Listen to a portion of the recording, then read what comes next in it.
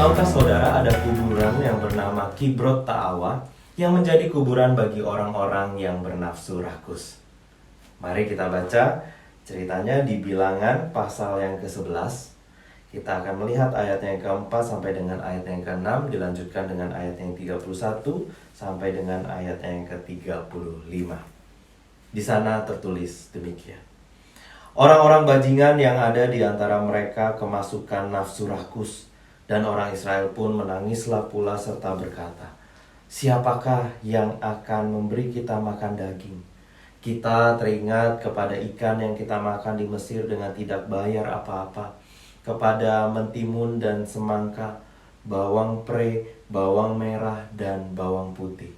Tetapi sekarang kita kurus kering, tidak ada sesuatu apapun, kecuali mana ini saja yang kita lihat." Lanjut ayatnya yang ke-31. Lalu bertiuplah angin yang dari Tuhan asalnya, dibawanya lah burung-burung puyuh dari sebelah laut, dan dihamburkannya ke atas tempat perkemahan dan di sekelilingnya, kira-kira sehari perjalanan jauhnya ke segala penjuru, dan kira-kira 2 hasta tingginya dari atas muka bumi. Lalu sepanjang hari dan sepanjang malam itu dan sepanjang hari esoknya, bangkitlah bangsa itu mengumpulkan burung-burung puyuh itu. Setiap orang sedikit-dikitnya mengumpulkan 10 homer. Kemudian mereka menyebarkannya lebar-lebar sekeliling tempat perkemahan.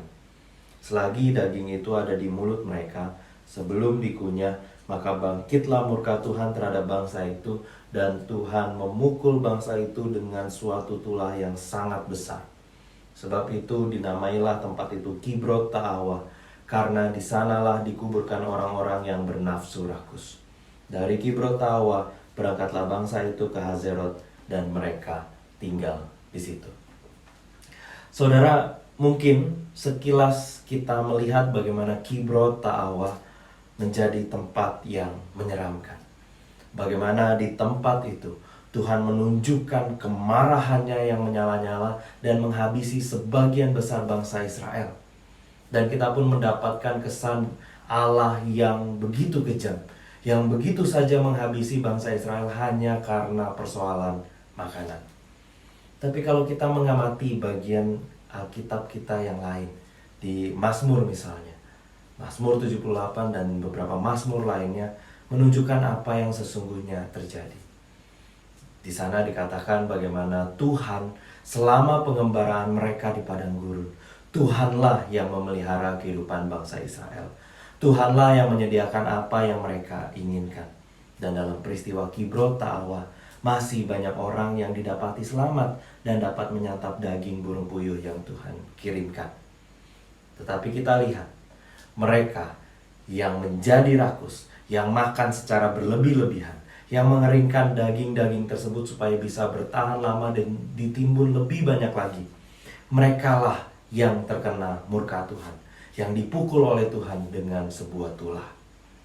Tapi kalau kita mau terus renungkan lebih dalam lagi, seandainya Allah tidak menghukum bangsa Israel dengan mereka terus menuruti hawa nafsu dan kerakusan mereka, yang lebih parah lagi bisa saja terjadi. Bagaimana mereka semua bisa saja lenyap. Seluruh bangsa itu tewas di padang gurun, tidak ada yang tersisa. Karena mereka bisa saja saling mencelakai, saling membunuh, hanya karena masing-masing pribadi menjadi begitu rakus dan tidak pernah merasa puas.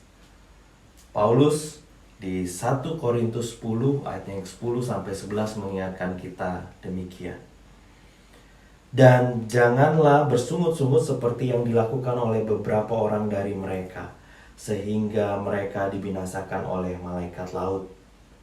Semuanya ini telah menimpa mereka sebagai contoh dan dituliskan untuk menjadi peringatan bagi kita yang hidup pada waktu di mana zaman akhir telah tiba.